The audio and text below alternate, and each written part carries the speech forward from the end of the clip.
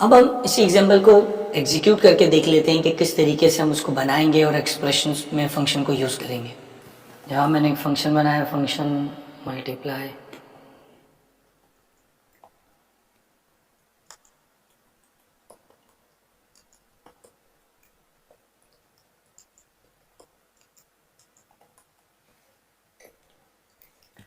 फिर आपने एक और फंक्शन बनाया सम,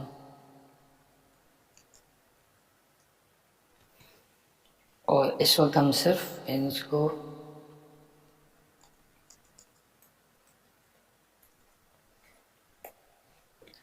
यहाँ पर हमने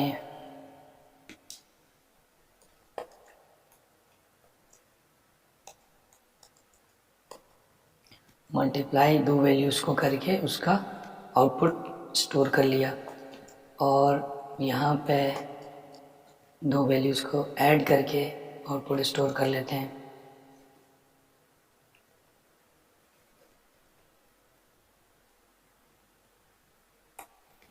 अब इन दोनों वैल्यूज़ को हम अलग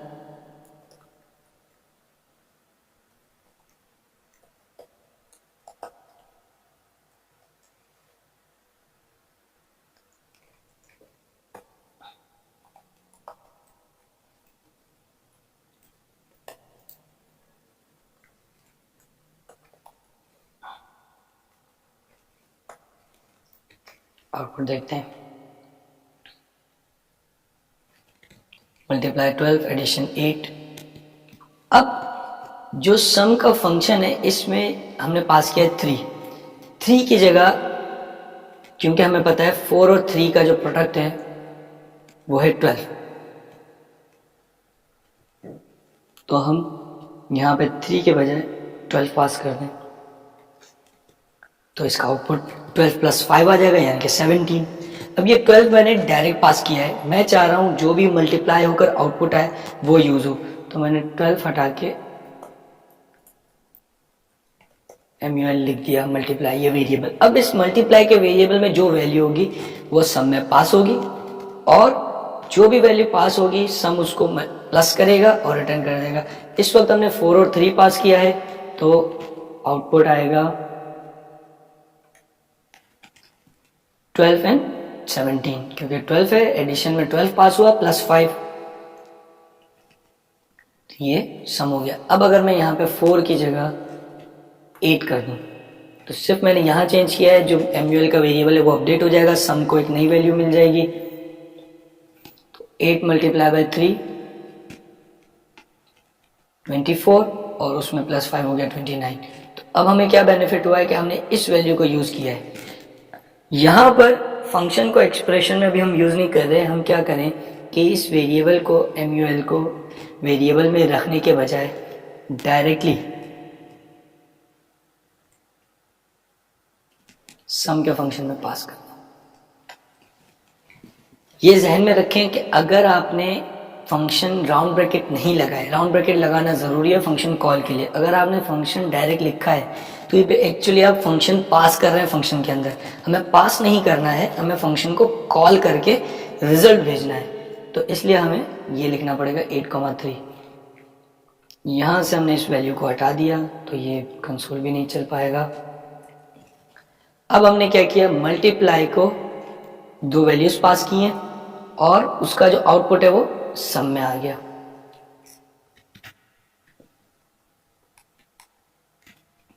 ट्वेंटी 29 वैल्यूज चेंज कर दें, अगर इसको 7 कर दें, 7 × 3 + 5 हो जाएगा।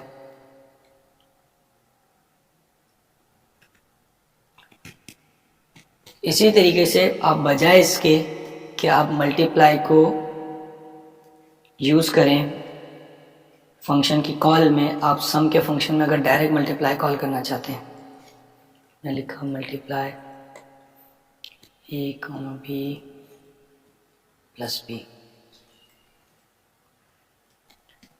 अब आप यहाँ पे कुछ भी वैल्यू भेजने के बजाय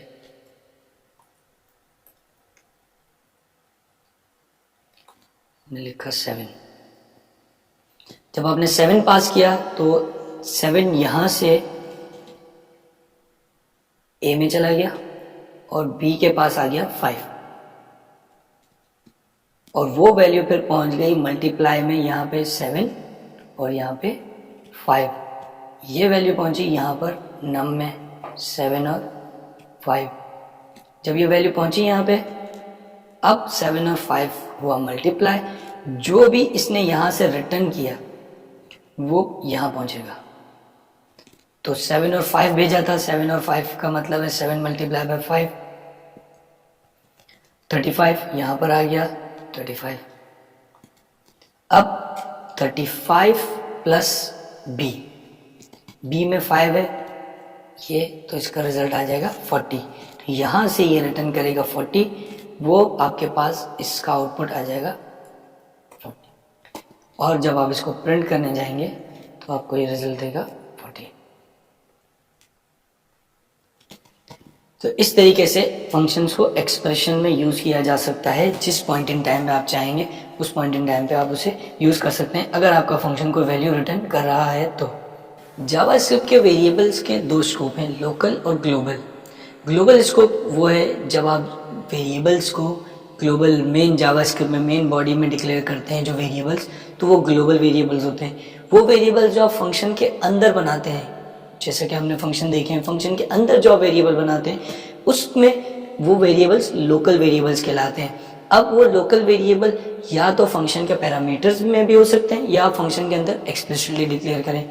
फॉर एग्जांपल आपने फंक्शन बनाया, function hello round bracket open, उसमें आपने एक पैरामीटर रिसीव किया, वो भी फंक्शन का वेरिएबल है और वो लोकल वेरिएबल कहलाता है। फंक्शन से बाहर यानी कि ग्लोबली मेन बॉडी में जावास्क्रिप्ट के आप जो वेरिएबल बनाते हैं वो ग्लोबल वेरिएबल होते हैं और उनका स्कोप हर जगह पर होता है, वो हर जगह अवेलेबल है।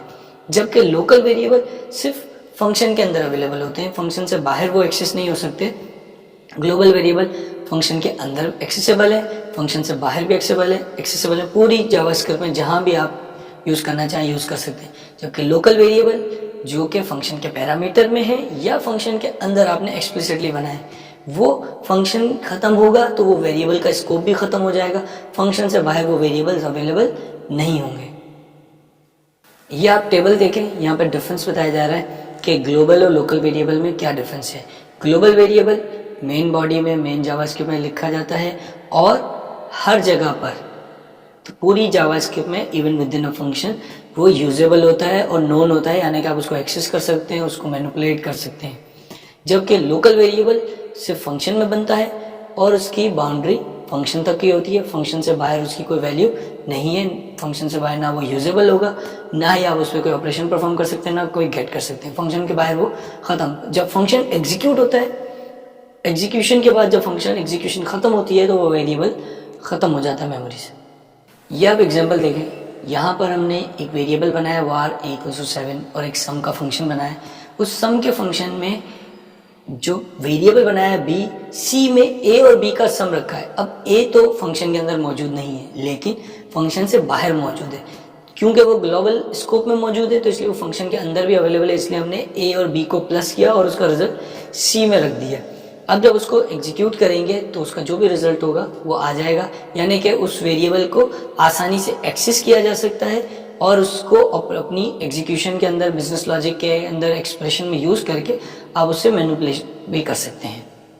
ये एक और एग्जांपल है, इसमें देखें आपने अगेन एक वेरिएबल a = 7 आपने बाहर बनाया है, सम का फंक्शन है, सम में आपने var b = 6, ये लोकल वेरिएबल है, और अगली लाइन में आपने आके लिखा a = b + 5। अब क्योंकि a ग्लोबल वेरिएबल है, आपने उसे मैनिपुलेट जो भी b के साथ ऑपरेशन परफॉर्म किया और उसकी वैल्यू को आपने अपडेट कर दिया a में, तो a की वैल्यू अपडेट हो गई। अब फंक्शन के अंदर जब आप a प्रिंट करेंगे तो वो a होगा जो ग्लोबल है, और फंक्शन से बाहर, जैसे कि हम बाहर आके सम के बाहर हमने सम का फंक्शन कॉल किया और फिर a को प्रिंट किया। अब अगर आप इसकी एग्जीक्यूशन देखें तो सबसे पहले चलेगा पहली लाइन var = 7, ये वेरिएबल बन जाएगा। उसके बाद सम का फंक्शन डिक्लेयर हो जाएगा, एग्जीक्यूट नहीं होगा। उसके बाद आपने सम के फंक्शन को कॉल किया है, जब आप सम के फंक्शन को कॉल कर रहे हैं तो सम के फंक्शन के अंदर का कोड चलना शुरू होगा। पहली लाइन में लिखा है b = 6, दूसरी लाइन में ये लोकल वेरिएबल है, दूसरी लाइन में लिखा है a = b + 5। अब b में है 6, b + 5 6 11, ये सम होकर a में स्टोर हो जाएगा, यानी कि a में 11 स्टोर हो जाएगा। अब जब आप a को प्रिंट करने जा रहे हैं तो ये ग्लोबल स्कोप में जो a वेरिएबल है वो, क्योंकि फंक्शन में तो मौजूद नहीं है, जब भी आप किसी वेरिएबल को एक्सेस करते हैं फंक्शन में तो पहले वो चेक करता है कि वो लोकली अवेलेबल है या नहीं। अगर लोकली अवेलेबल नहीं होता तो ग्लोबल एक्सेस करता है। तो a लोकल तो नहीं है, ग्लोबल है, तो a को प्रिंट कर देगा तो इस लाइन पे भी फंक्शन के अंदर 11 प्रिंट हो जाएगा। फिर सम का फंक्शन का कॉल खत्म हो जाएगी, उसके बाद अगली लाइन में console.log a आ रहा है, यहाँ पे भी a प्रिंट होगा। तो आप फंक्शन के अंदर या फंक्शन के बाहर ग्लोबल वेरिएबल को यूज भी कर सकते हैं और उसको मैनिपुलेट करके उसकी वैल्यू अपडेट भी कर सकते हैं। एक और एग्जांपल देखें, यहाँ पर आपने var a=7 अगेन एक ग्लोबल वेरिएबल बनाया है।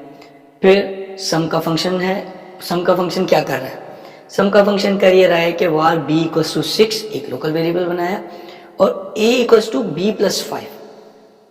अब आप अगेन b में 5 प्लस करके a में स्टोर कर रहे हैं। तो जब हम एग्जीक्यूशन देखें तो वेरिएबल बनेगा, फंक्शन डिक्लेयर होगा, फंक्शन कॉल हुआ, सम नॉर्मल है, कॉल होने के बाद आपने सम के बाद लिखा है console.log b। अब क्योंकि ये b फंक्शन से बाहर अवेलेबल नहीं है तो जब आप इसको कॉल करने की कोशिश करेंगे तो इसमें एरर आ जाएगा, क्योंकि b अवेलेबल नहीं है, आपका कोड क्रैश हो जाएगा और ये आपको एरर दे देगा। ये एक और एग्जांपल देखें, var a=7 again global variable है, फिर ये फंक्शन डिक्लेयर किया आपने, सम का फंक्शन पर जब आपने कॉल किया तो इसके अंदर की लॉजिक एग्जीक्यूट होगी। अंदर क्या लिखा है आपने एक और वेरिएबल बनाया है जिसका नाम भी a है। अब आपके पास दो फंक्शन, दो वेरिएबल्स हैं a नाम से, एक ग्लोबल स्कोप में और एक लोकल स्कोप में। तो फंक्शन के अंदर जब भी आप a को एक्सेस करने की कोशिश करेंगे तो वो लोकल a यूज होगा, ग्लोबल a यूज नहीं होगा। फंक्शन से बाहर ग्लोबल a यूज होगा, लोकल a की वैल्यू डिस्कार्ड हो जाएगी, फंक्शन से बाहर उसकी कोई इंपॉर्टेंस नहीं है। तो इसमें आप देखें कि a=6 आपने एक लोकल वेरिएबल बनाया जिसका नाम सेम है जो कि ग्लोबल वेरिएबल का है। फिर आपने a=b+2 3+2 रिजल्ट आएगा 5, वो स्टोर हो जाएगा a में, जो कि एक्चुअली लोकल वेरिएबल को अपडेट कर रहा है। अब आप फंक्शन के अंदर ही जब a को प्रिंट कर रहे हैं तो ये लोकल वेरिएबल एक्सेस हो रहा है और उसमें 5 आपको नजर आ रहा है। फंक्शन कॉल होने के बाद जब आप इसको लॉग करने की कोशिश करेंगे तो ये जो इसका आउटपुट आएगा वो आपको 7 दिखाएगा, यानी कि 7 प्रिंट होगा। क्यों? क्योंकि ग्लोबल वेरिएबल में कोई चेंज नहीं हुआ है। फंक्शन के अंदर जो भी चेंजेस हुई थी वो लोकल वेरिएबल में हुई थी। लोकल वेरिएबल फंक्शन से बाहर अवेलेबल नहीं है, फंक्शन से बाहर ग्लोबल वेरिएबल अवेलेबल है और वो उसमें 7 ही मौजूद है।